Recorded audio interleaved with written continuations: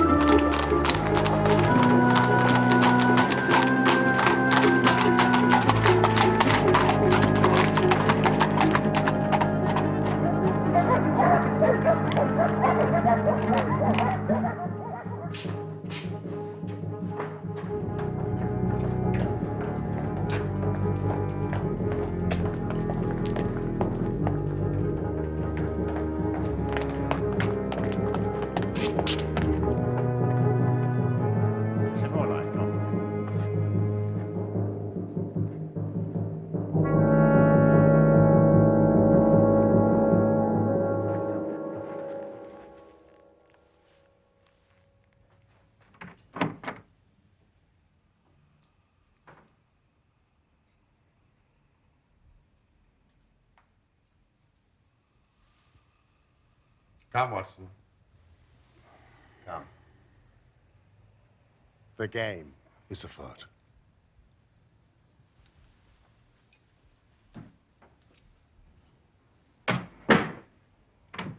Get your clothes and come.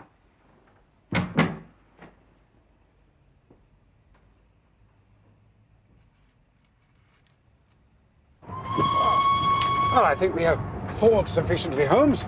Splendid. Abbey, Grange, Marsham, Kent, 3:30 a.m. My dear Mr. Holmes, I shall be very glad of your immediate assistance in what promises to be a most remarkable case. There is something quite in your line. Except for releasing the lady, I will see that everything is kept exactly as I found it. But I beg you not to lose an instant, as it is difficult to leave Sir Eustace there. Yours faithfully, Stanley Hopkins. Ah. Inspector Hopkins. He's called you in 7 times. On each occasion, his summons has been entirely justified. I fancy that every one of his cases has found its way into your collection. I must admit, Watson, you do have some power of selection. Thank you. It atones for much of which I deplore about your narratives. Your fatal habit of looking at everything from the point of view of a story instead of as a scientific exercise has ruined what might have been an instructive and even classical series of demonstrations. Why do you not write them yourself? I will, my dear Watson, I will. In my declining years. So our present research appears to be one of murder. Does it? E.B. monogram, British arms. An address which harks back to the dissolution of the monasteries. We are moving in high life. Brackenstall. Sir Eustace Brackenstall.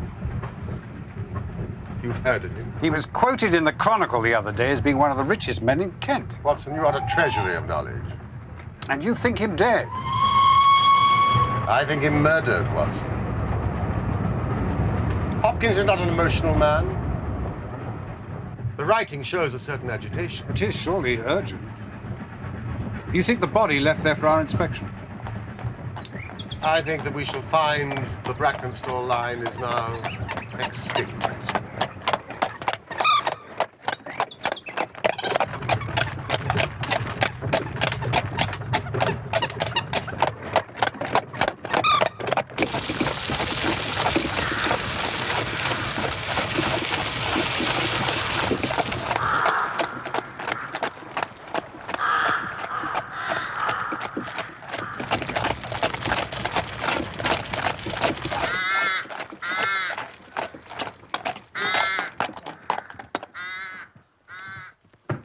Very good of you to come, Mr. Holmes. And you, Doctor. Inspector? I hope you'll forgive me, Mr. Holmes. Forgive what, Hopkins? I should not have troubled you, sir. But since the lady has come to herself, she's given so clear an account of the affair that there's not much left for us to do. You remember the Lewisham gang? Between the 3 Randalls. Exactly, sir. The father and 2 sons. It's their work, not a doubt. But they did a job at Sydenham a fortnight ago, did They they not? did. They were seen and described. Oh, it's cool of them. I agreed to do another so soon and so near. But it is they. And a hanging matter this time. Brackenstall is dead, then? Ah, yes, Doctor. In the dining room, his head was knocked in with his own poker. And the lady?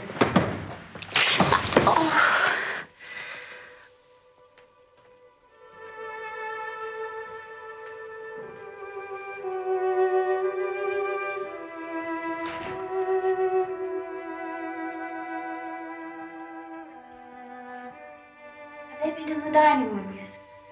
Not yet, my lady. I shall be glad when you can arrange matters. Oh, what is that? No, you have other injuries, madam. It's nothing. It has no connection with this hideous business. Please sit down. I think it would be best to inform you of something, gentlemen, regarding Sir Eustace. You'll no doubt hear a rumor of it otherwise from idle tongues who'll distort the truth of it. It would pain me to think of his memory tarnished in that way. Sir Eustace drank, I'm afraid. Not regularly and consistently. Not in a way to hurt our marriage. Nor did it interfere with the exercise of his public duties. Nevertheless, the vice was a private shame to him. He was very sensible of my dislike of it.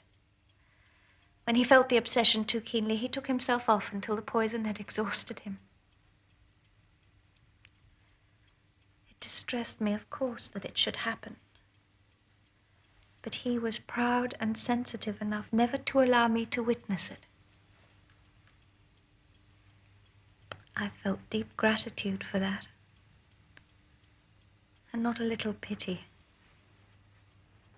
Can you understand that, gentlemen? I have never heard a like case talked of with such illuminating compassion, madam.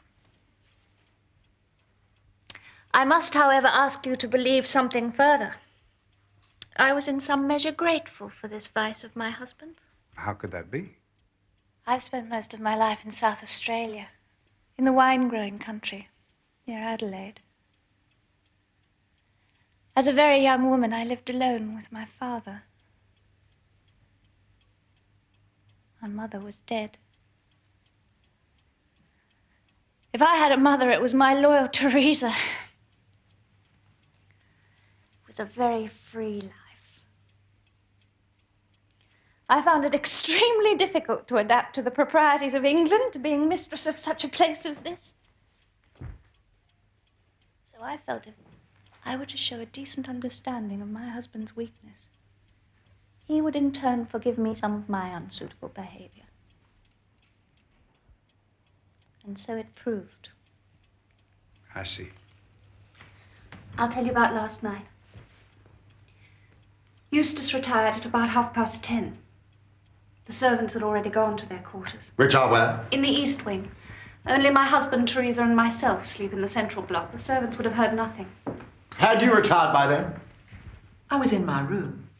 I never retire till I've seen Madam to bed. Thank you. I sat up. This room, in fact.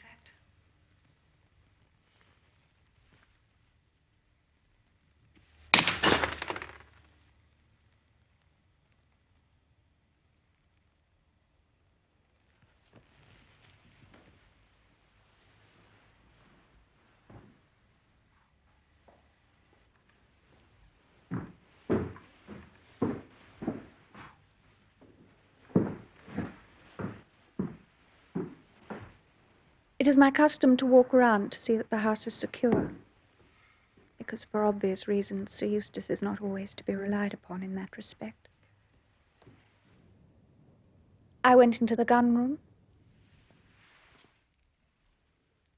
the kitchen, the butler's pantry, the billiard room, the drawing room, and finally, the dining room, where the curtains were drawn.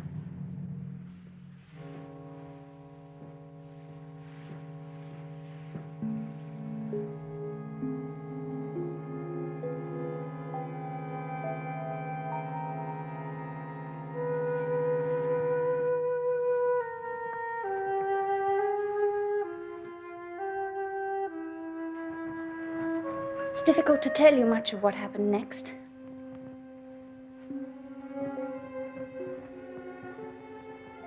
I took a step towards the curtain. And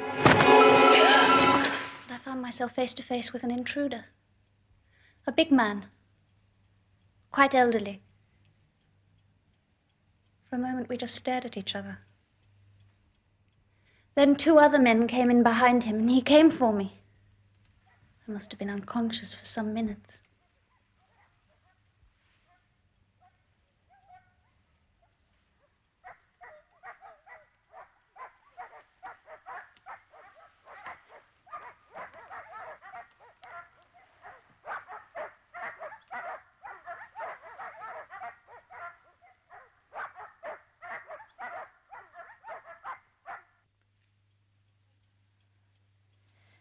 It was then that my unfortunate husband entered the room.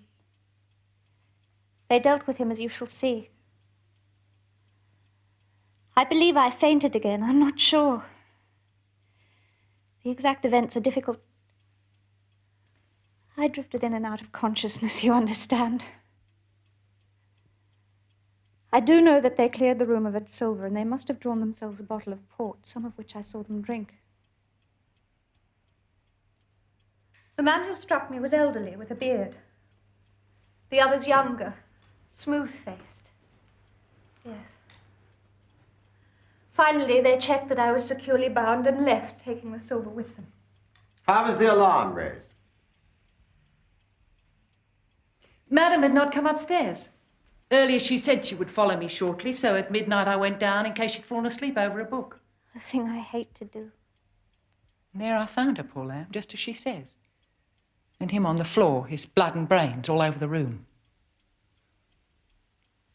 Enough to drive a woman out of her wits, and her gagged and bound, and her very dress spotted with him. She never wanted courage, did Miss Mary Fraser of Adelaide. And Lady Brackenstall of Abbey Grange hasn't learned new ways. You've questioned her long enough, gentlemen. When did the lady and her maid leave Australia? About 18 months ago, sir. Her father sent her to give her experience of Europe. That is to find her husband. Poor woman must have seemed a brilliant match. It's a mess, sir. Constable?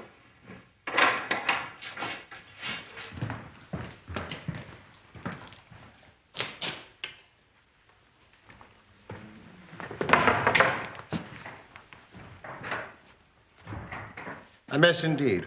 We've touched nothing, sir. What do you make of it, Doctor? Should I? Please proceed, my dear fellow.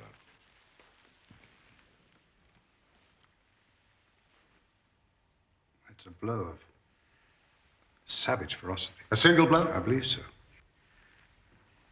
It is a straightforward enough wound, you see. It begins thus, below the ear, and then crosses both spheres of the parietal bone at such an angle that this side is smashed as far as the coronal suture. I've never seen anything like it. A powerful man, this elder Randall? Half his trade is violence, sir. He certainly left his trademark. What beats me is how Randall could do so mad a thing. Knowing that the lady could describe them and that we could not fail to recognize the description. The criminal mind has its quirks of conscience and scruples. In that respect, it is as individual and curious as any other. A noted miser may be secretly charitable, so this violent Randall may draw the line at the murder of an unconscious woman. Or he may well believe that she did not see him. Well, how is that, sir? She testifies that they stared at each other. Yes, but it was she who held the light. What Randall may have seen was mostly flickering candle flame. The face behind it, a distorted mask. He may have been unimaginative enough to have thought that she saw no more than he did. He knocked out unconscious at the next instance, thus for his purposes solving his problem. Watson, may I impose upon you to search the Turkey rug? What for, Holmes? Candle wax, Watson, candle wax. Now, this bell presents a mystery. Does it not, Inspector? Sir? When it was pulled down, the bell in the kitchen must have rung loudly. Well, no one would hear it the way the kitchen is placed. How did the burglar know that? Exactly, Mr. Holmes, exactly. But the very question I've put myself. Now, either he has known the house, or he may have dealings with one of the servants. One of my men is going over the record of service at the Grange with the butler at this very moment, sir. Inspector, you seem to have thought of everything. Oh, thank you, Mr. Holmes. Holmes, What is it, Watson? there. A scattering of wax and a very light scorching. Invisible, but leaving its characteristic scent. The lady would have fallen here. Randall would have snatched up the candelabra immediately. I suppose that is where they took their refreshment. To steady their nerves, yes. Port wine, sir. Did Lady Brackenstall say that the butler's corkscrew was used? No, sir. She was senseless at the moment the bottle was opened. Quite so. It was opened with a pocket screw, probably contained in a knife. If you examine the top of the cork, you will observe that the screw was driven in 3 times before the cork was extracted. This long screw would have transfixed it and drawn it with a single pull. When you catch this fellow, it is likely that you will find that he has a multiplex knife in his possession. Excellent, Mr. Holmes. These 3 glasses do puzzle me, I must confess.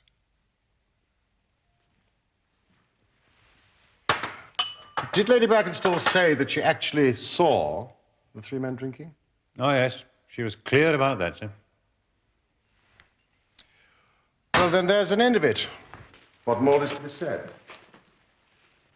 Perhaps, Inspector, when a man has special powers and special knowledge like Sherlock Holmes, it rather encourages him to seek a complex explanation when a simpler one is at hand. He will let us know when Randall is arrested.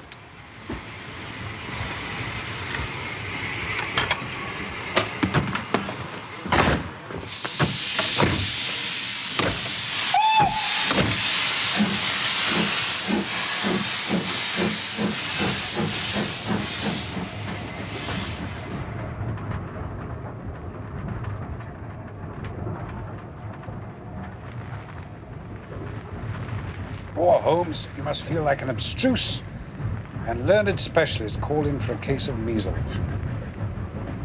Annoying.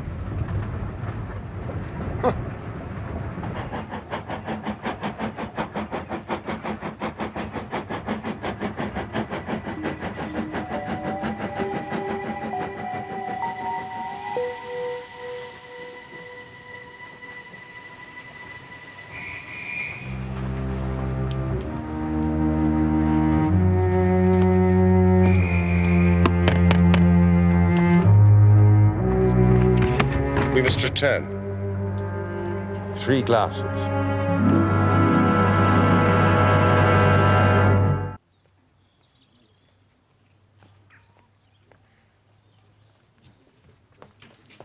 Watson, we have been dazzled out of observation by that lady's beauty.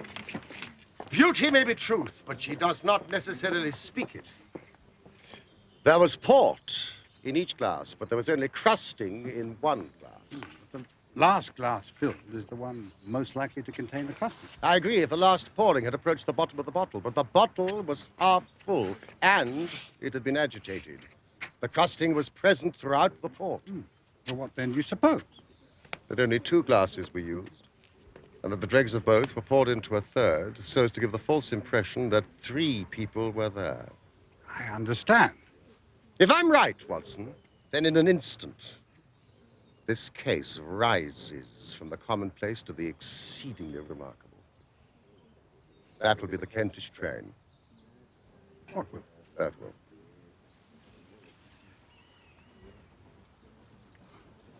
How on earth did you hear it? I heard nothing, Watson. I observed. What a salutary thought after such a misspent morning. Lady Brackenstall and her maid must have some very good reason for shielding the real criminal.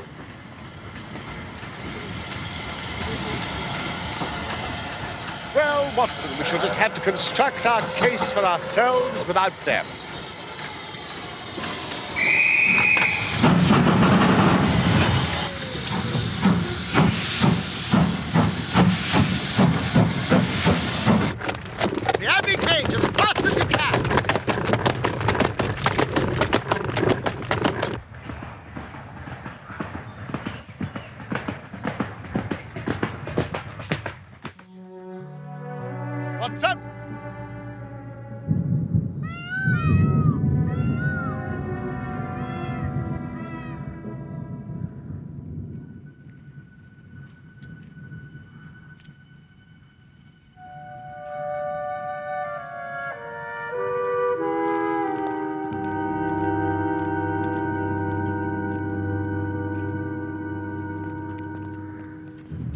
appears Inspector Hopkins has gone to report to headquarters. Splendid, then we can take possession.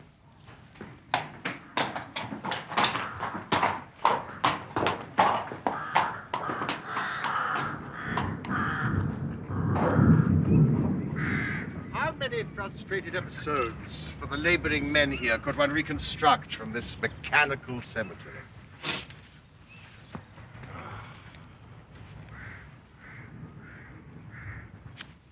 What's this?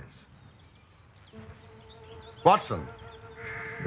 Not entirely mechanical, it seems.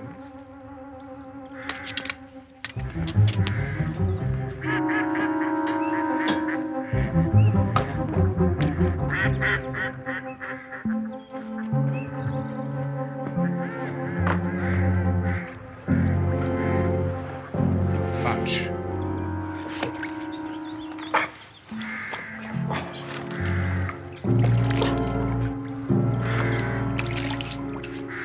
Requiescat in pace. I imagine it's a pet's gravestone. It has been smashed, mended, and smashed again with deliberate force.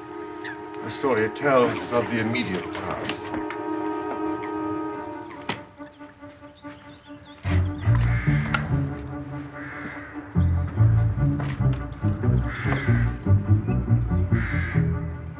What?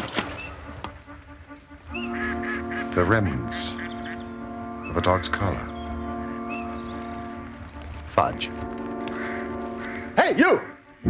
Has any servant been dismissed from the house in the last month? No, sir. Then it's as I thought. Fudge. Lady Brackenstall's pet dog, let us imagine, dies. It may not be too fanciful to suggest that their poor unfortunate creature was literally killed. Killed? For what reason? Reason, I suggest, hardly entered into it. It was done in a fit of insane rage. By whom? By a drunken, sadistic ruffian. One of the murderers? No, Watson. The lady's husband. The last of the Brackenstalls. Brackenstall. Consider it.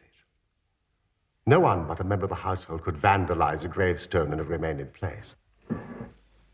Why should Brackenstall entertain such an obsession about a pet animal that he will forbid any remembrance of it? You saw the marks, of course, on the lady's arm. Yes, I was surprised that they did not interest you more. There were stab wounds made by a long needle or a hat pin. This lady has been living in fear of her physical safety.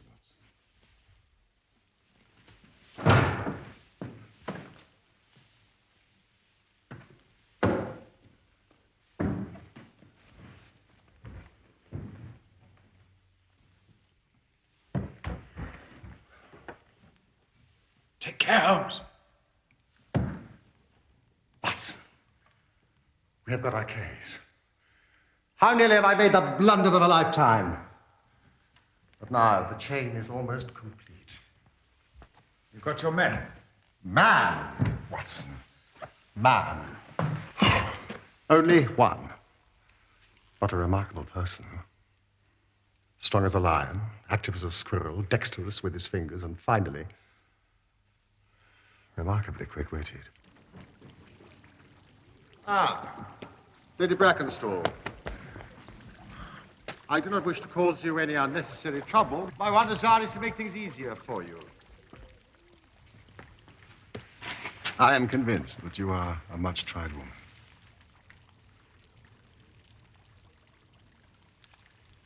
If you will trust me and treat me as a friend, you may find that I will justify that trust. What do you want me to do? To tell me the truth. Mr. Holmes. No, please. Lady Brackenstall. It is of no use. You may have heard of any little reputation that I may possess. I will stake it all on the fact that your story is a complete fabrication. You're an impudent fellow. You trying to say that my mistress has told a lie? Have you nothing to tell me? I have told you everything. No, think just once more, Lady Brackenstall. Wouldn't it be better to be frank? I have told you all I know.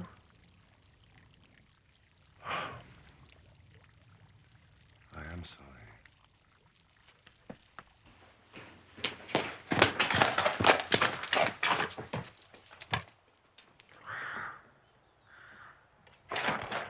bell rope gave us a clue which should have left us in no doubt. How was that?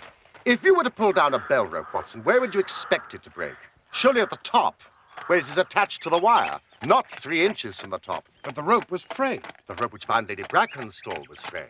He was cunning enough to do that with his knife, but the other end was not. If you had stood on the mantelpiece as I did, you'd have seen that it was cut through. Stop! Please, driver.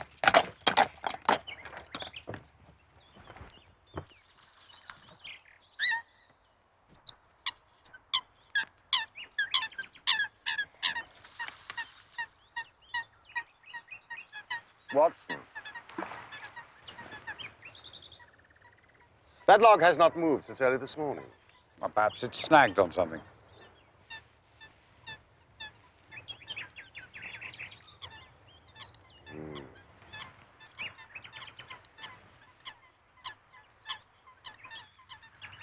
Or anchored.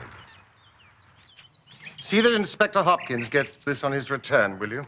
Chislehurst Station.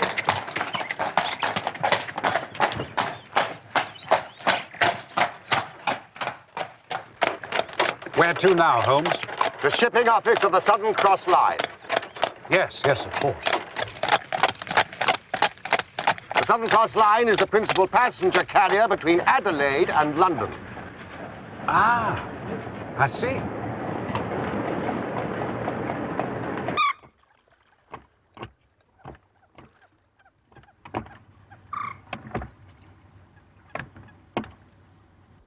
In May of that year, only one of us reached the home port, our flagship, the Rock of Gibraltar. I'll have the passenger list sent up.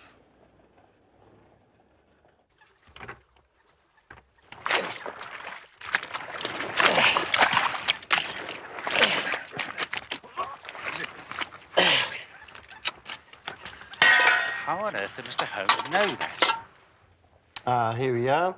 Miss Mary Fraser of Adelaide, first class, accompanied by her maid. Where is the Rock of Gibraltar now? At noon today, she was steaming west through the Arabian Gulf, Mr. Holmes, heading for Suez, I hope. Is it your policy to transfer officers much between ship and ship? No, not at all. It is our policy not to. Ah, I have you, Mr. Holmes. You are asking the whereabouts of a member of the crew of the Rock who has been seen very recently, but not on the ship. Mr. Viviani, your perspicacity astonishes me. I assure you, it is only through study of the good doctor's masterly exposition of your work that I now have any small capacity to reason. Really? You amaze me. Watson, are you taking notes? Also, you will be pleased to hear that I know exactly who the officer is.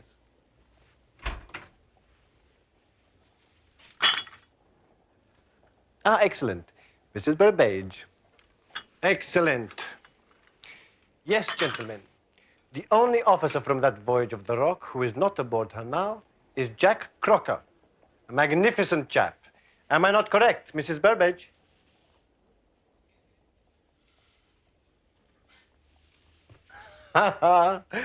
Crocker has the defect. Delightful fellow. Handsome as a prince. The crew worship him. We've promoted him captain of our new vessel, the Bass Rock, No tea for me, please. which is just fitting out. He's the youngest captain we'll have, but he'll be the best. Not an officer in the fleet to touch him.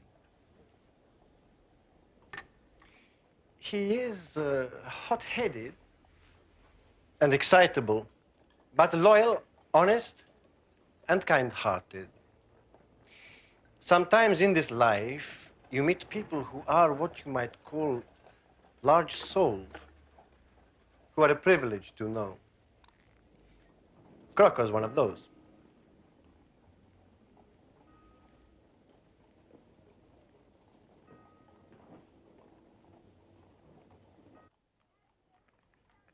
Once or twice in my career. I feel I've done more real harm by my discovery of the criminal than ever he had done by his crime. But I've learned caution. And I'd rather play tricks with the Lord than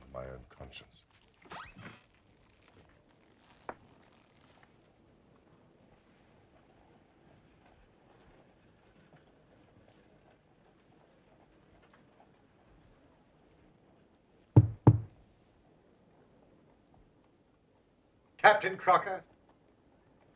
Sit down. I've got your telegram and I've come at the hour you said. I heard you'd been down to the office. There's no getting away from you, is there? Speak up, man. You can't stand there and play cat and mouse with me. What do you know? Give him a cigar, Watson. Please. Sit down. Bite on that, Captain Crocker. And try not to let your nerves run away with you. I should not sit here smoking with you if I thought you were a common criminal.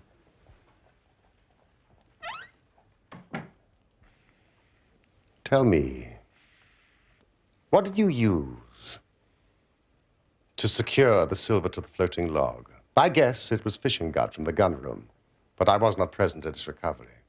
Am I right? What do you want? Justice. For whom? That we are not partisan. We just want to see justice done, that is all.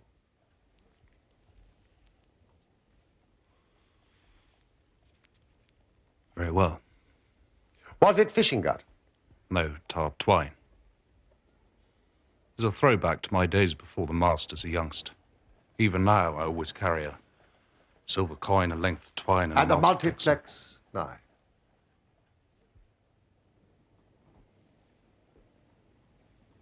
How the devil do you know that?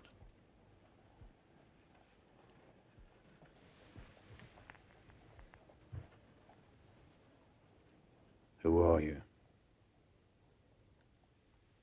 Now, give me a true account of everything that happened at the Abbey Grange last night. Be frank with me, and we may do some good. Play tricks with me, and I'll crush you.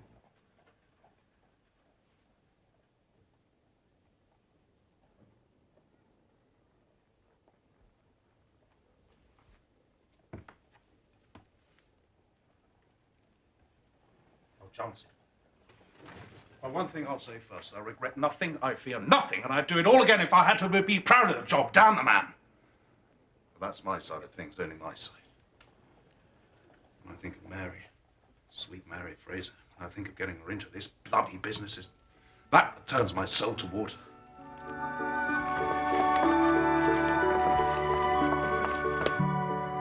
I met her when I was first officer on my last ship.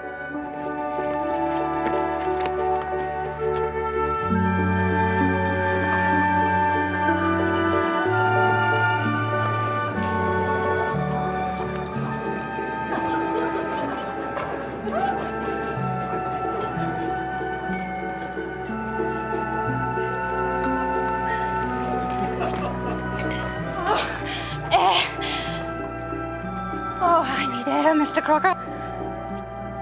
I've never danced so much in my life. You dance as if you were born to, Miss Fraser. Neither born nor bred, I assure you, Mr. Crocker.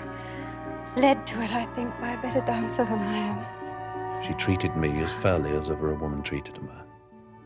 We were never engaged. I've no complaint. But it was all love on my side, and all good comradeship and friendship on hers. When we parted, she was a free woman. But I could never again be a free man.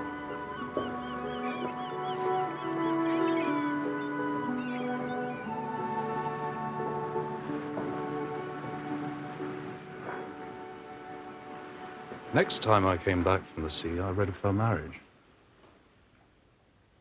It seemed to be the sort of thing she was made for. I didn't grieve. Felt it to be right.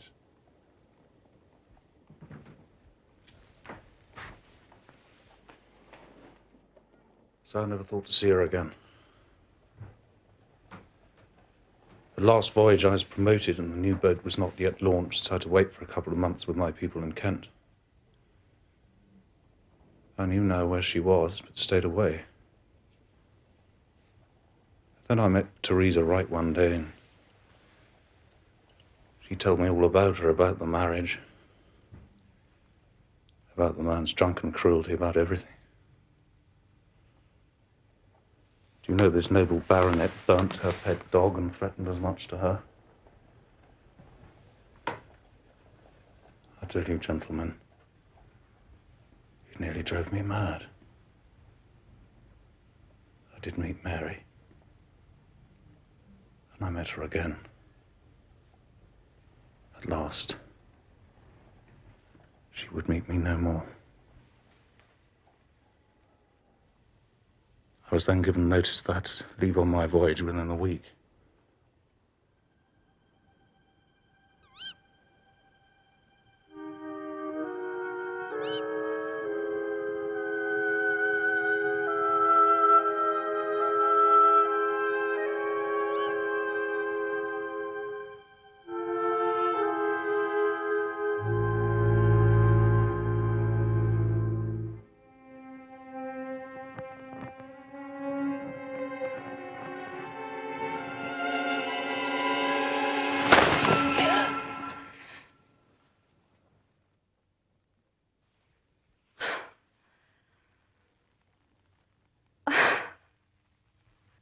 You're mad. How could you come here? I'm to go away, Mary. I've been given a ship. To go and not to say farewell. I thought I might never see you again. You're going away. I do not relish it. You will make a fine captain. You must not let anything spoil such an opportunity.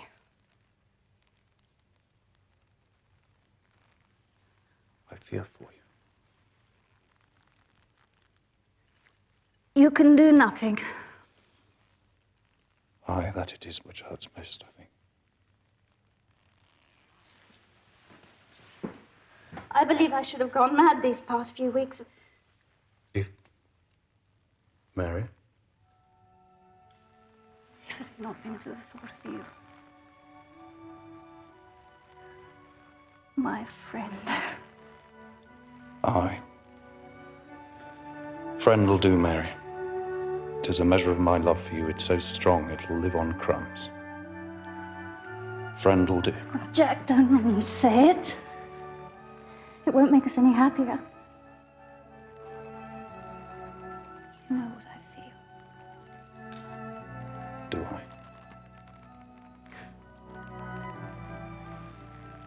You know you do. Then I shall go a happier man than when I came. God bless you, sweet Mary Fraser. That's enough for me. You must not stay, Jack.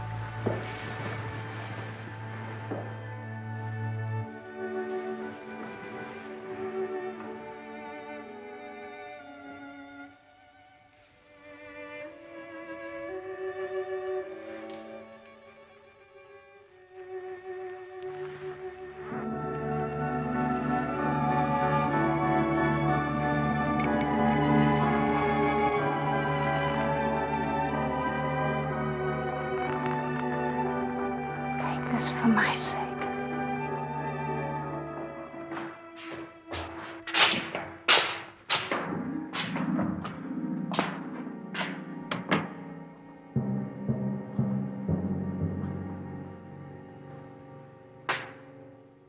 At last I have you, madam, at your trade. Here's a key to your damn modesty. You have a profession, madam. A damn whore. A gutter queen. A filthy jade.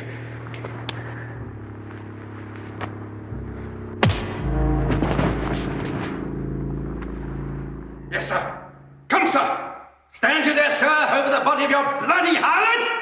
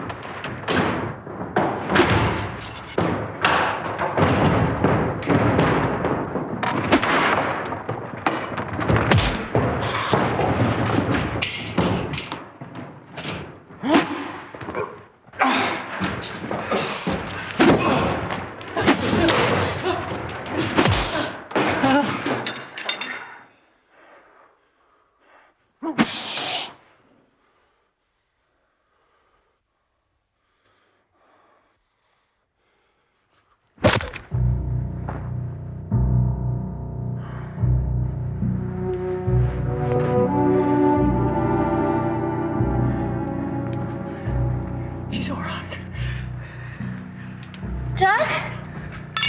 Oh, Jack.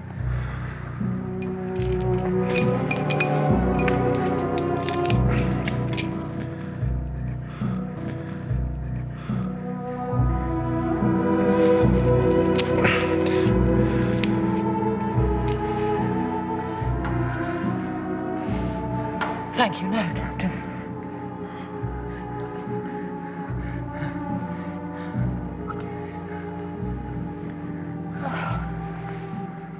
Oh, what happened? I killed him. Are you certain? I know. I felt it. Oh, dear God! Oh, what are we going to do? Listen to your old Teresa. You were marked with a blow that could have killed you. That shall be your salvation.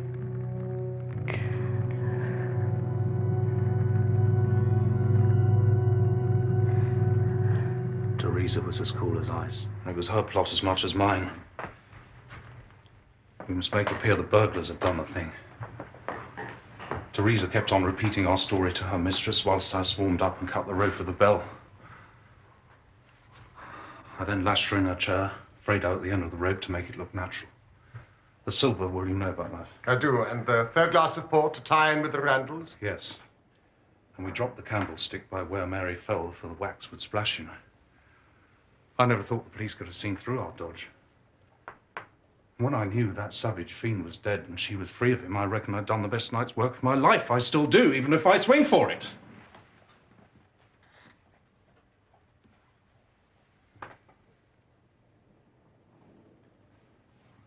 That is the truth. The whole truth, sir. Oh, dear God! Yes. Yes, you have told me the truth. And if the lady's maid had been less abstemious and had accepted your glass of port, your ingenuity might have fooled me, as you have certainly fooled the police. What put you onto me? How on earth did you find me? No one could have got up to that bell rope but an acrobat or a sailor. No one but a sailor could have made the knots with which the cord was fastened to the chair. It was evident that the lady was shielding someone. To do so under such circumstances meant that she must love that person. It was not too wild a leap of the imagination to connect her with an officer of the ship which brought her to this country. Crocker. You are expecting a visitor. I am.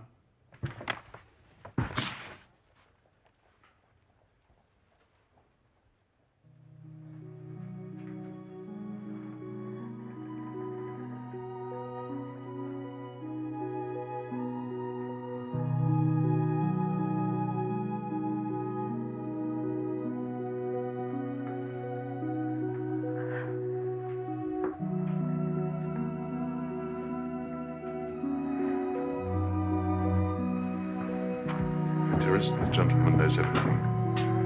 There's no hiding from him. I know. His telegram brought me here. What do you intend, Mr. Holmes? Well, Captain Crocker, this is a very serious matter. Yet I feel sure that on the basis of the story which you have told us here tonight, a British court of law will understand that you acted in defense of your own life. That, however, is for a jury to decide. Meanwhile, I have so much sympathy for you that if you choose to disappear within the next 24 hours, I promise no one will hinder you. Then it'll all come out. Certainly it will come out. What sort of proposal's that? Mary be left to face the music held as an accomplice, maybe. No, sir, it will not do. Jack, you must go. I shall not. Calm yourself, Captain. I was only testing you. Watson, this fellow rings true every time. It is a great responsibility that I take upon myself, but we will do it in due form of law. Crocker, you are the prisoner. Watson, you are a British jury. And I never met any man more eminently fitted to represent one. Now, gentleman, you have heard the evidence. Do you find the prisoner guilty or not guilty? No, not guilty. Vox populi, vox dei. You are acquitted, Captain Crocker.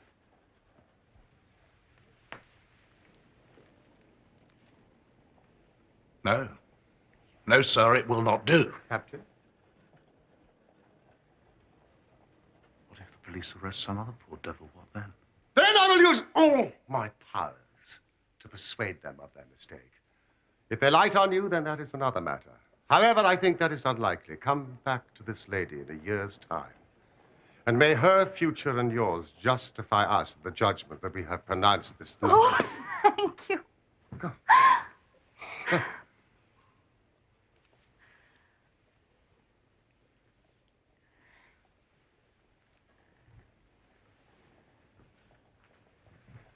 Madam, I'm intrigued. You gave such a compelling account of a man's sad addiction to drink, and yet it was not, as we now know, a portrait of your husband.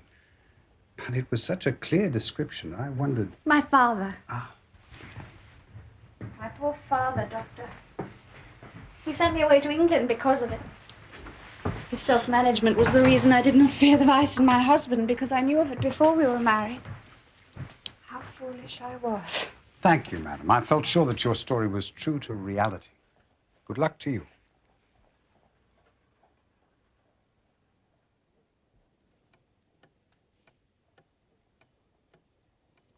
It's almost as though you disapproved of the happiness we have fostered this day. Oh, no, I approve of that. Of course I do. I'm uneasy that you took upon yourself the duties of advocate and judge. You are too bound by forms, Watson. Forms are society, Holmes.